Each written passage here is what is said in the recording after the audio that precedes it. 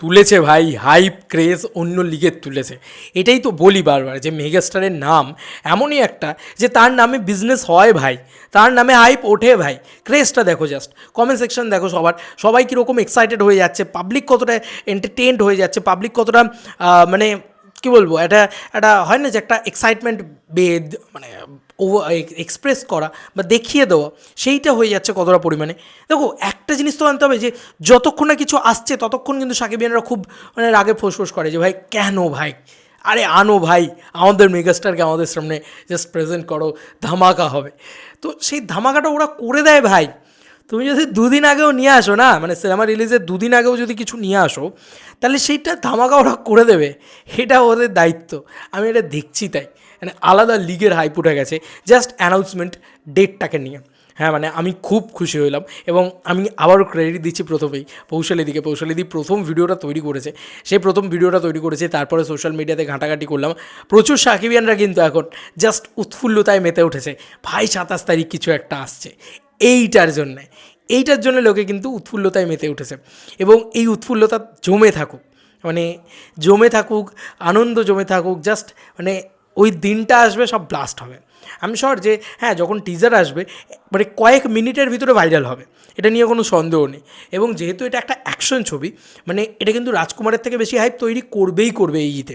রাজকুমারেরও কিন্তু একটা হাইপ ছিল, আমার মনে আছে সেই সময় রাজকুমার নিয়ে যখন কন্টেন্ট করছি, যখন কথাবার্তা বলছি, তখন আমার চ্যানেল কটা সাকিবিয়ানি বা চেনে। শাকিব খানকে নিয়ে মূলত আমার যেটা ভাইরাল, মানে যে সময় ভাইরাল হয়েছে চ্যানেল, বা শাকিব খানকে নিয়ে কথা বলার দরুন যে সময় প্রচুর মানুষ আমার চ্যানেলে এসছে, সেটা হচ্ছে রাফির টাইমে, মানে তুফানের টাইমে। রাফিকে আমি নিজেও খুব পছন্দ করি পার্সোনালি, তো রায়হান রাফির টাইমে। তো তার পরবর্তীতে, তার আগে আর কি, মানে পরবর্তীতে তো দরদ এখন আমরা কথা বলবো, দেখি আমি দেখবো যে বড়বাদের হাইপ আমার চ্যানেলে তুফানের থেকেও বেশি হয়ে যায় নাকি। বাট মানে আমি এটাই বলছি যে সেই সময় রাজকুমারের টাইমেও কিন্তু আমার চ্যানেলে বেশ মানে ভালো রকম একটা হাইপ আমি দেখেছিলাম শাকিব খানকে নিয়ে। তো আমার বিশ্বাস যে এই বরবাদের হাইপটা তার দ্বিগুণ হবে, নো ডাউট। কারণ রাজকুমার একটা মানে রোম্যান্টিক ফেজের ভিতর দিয়ে যাচ্ছে, একটা অন্যরকম ছবি। কিন্তু ভাই বরবাদ ছবিটা কিন্তু অ্যাকশন ছবি, ব্রুটাল অ্যাকশন, রক্তারক্তি, ব্লাডশেড। এবং বারবার যেখান থেকে যা জায়গা থেকে শোনা যায়, সব জায়গায় বলা হয় এটা নাকি শাকিব খানের জীবনের সর্ববৃহৎ বাজেটের ছবি। আমি বাজেটের এক্স্যাক্ট জানিও না কত, তাই আমি বলতেও চাই না। এই দরদের সময় নানান রকমের হয়েছিল সেইটাকে নিয়ে, যে এত বাজেট অত বাজেট, প্রথমে বাজেট বেশি বলা হলো, তারপরে বাজেট কমিয়ে দেওয়া হলো। তো এরকম আমি আর কিছু বলতে চাই না, কারণ বাজেটটা একমাত্র টিম, মানে প্রডিউসার ছাড়া কেউ জানে না, আমি কেউ বলতে পারবো না এক্স্যাক্ট বাজেট কত। কিন্তু এটা তো একটা বড় ছবি, তো সেইটা নিয়ে বেশ একটা উন্মাদনা রয়েছে। মানে এটা একটা সেলিব্রেশন ফিল্ম যাকে বলা যেতে পারে, মাস সিনেমা, কমার্শিয়াল সিনেমা, অ্যাকশন ছবি। এবার অ্যাকশন ছবির হাইপ না চিরকাল বেশি হয়, এটা তুমি দেখে নাও, মানে যেখানে যত দেখেছো সব অ্যাকশন ছবির হাইপ বেশি হয়। তো বাংলাদেশ কিন্তু একটা সেলিব্রেশন পেতে চলেছে আবারও মেগাস্টার শাকিব খানকে নিয়ে। এবং অবশ্যই শাকিব খান আসছে ঈদে, মানে অন্য কোনো ছবির হাইপ এই ছবিটার সাথে ম্যাচ করতে পারবে না। এই ছবিটা শাকিব খান দাঁড়িয়েছে, এটাই তো সবথেকে বড় হাইপ, এটাই তো সবথেকে বড় মানে ইউএসপি বলে না, যে তেরে পাস কে আয়, তেরে পাস মানে পাস শাকিব খান, মানে এরকম একটা ব্যাপার। শাকিব খান বাংলাদেশের মানে উজ্জ্বল নক্ষত্র বলা যেতে পারে, একমাত্র বাংলার সবথেকে বড় মেগাস্টার বাংলাদেশের। সেরকম একটা দাঁড়িয়ে ওরকম একটা জায়গায় তিনি বসে আছেন, একটা ছবির সাথে তিনি রয়েছেন, মানে ইটসেলফ ওই সিনেমাটার হুড়মুড়িয়ে টিকিট বিক্রি হবে। যদি ছবি ভালো হয়, ছবি মানে ফাটিয়ে বিজনেস করবে।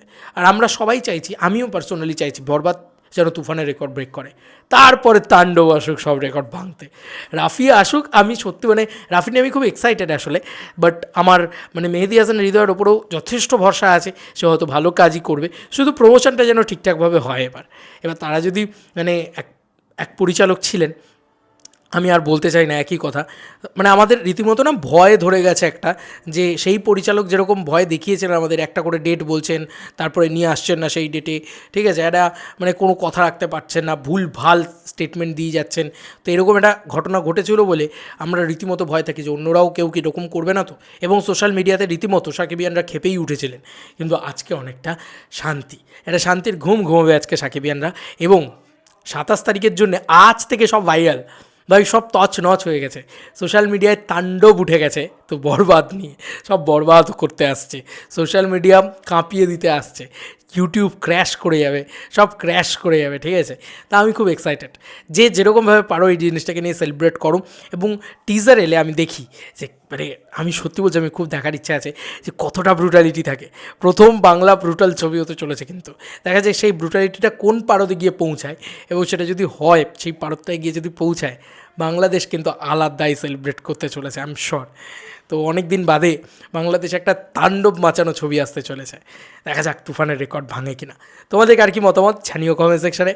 আর যদি মানে তার পরবর্তীতে শাকিব খানের না মানে মেন পরের ছবিটাও আছে কিন্তু তাণ্ডব, সেটা মাথায় রেখো। ওটা জাস্ট ওটার জন্য আমি আলাদাই এক্সাইটেড, কারণ আমি তুফান নিয়ে যে হাইপটা দেখেছি আমি শিওর যে তাণ্ডবে তার থেকে বেশিই দেখবো, এটা আমার মনে হয়। দেখা যাক। চলো বন্ধুরা, নতুন কোনো ভিডিওতে দেখা হবে, বাই।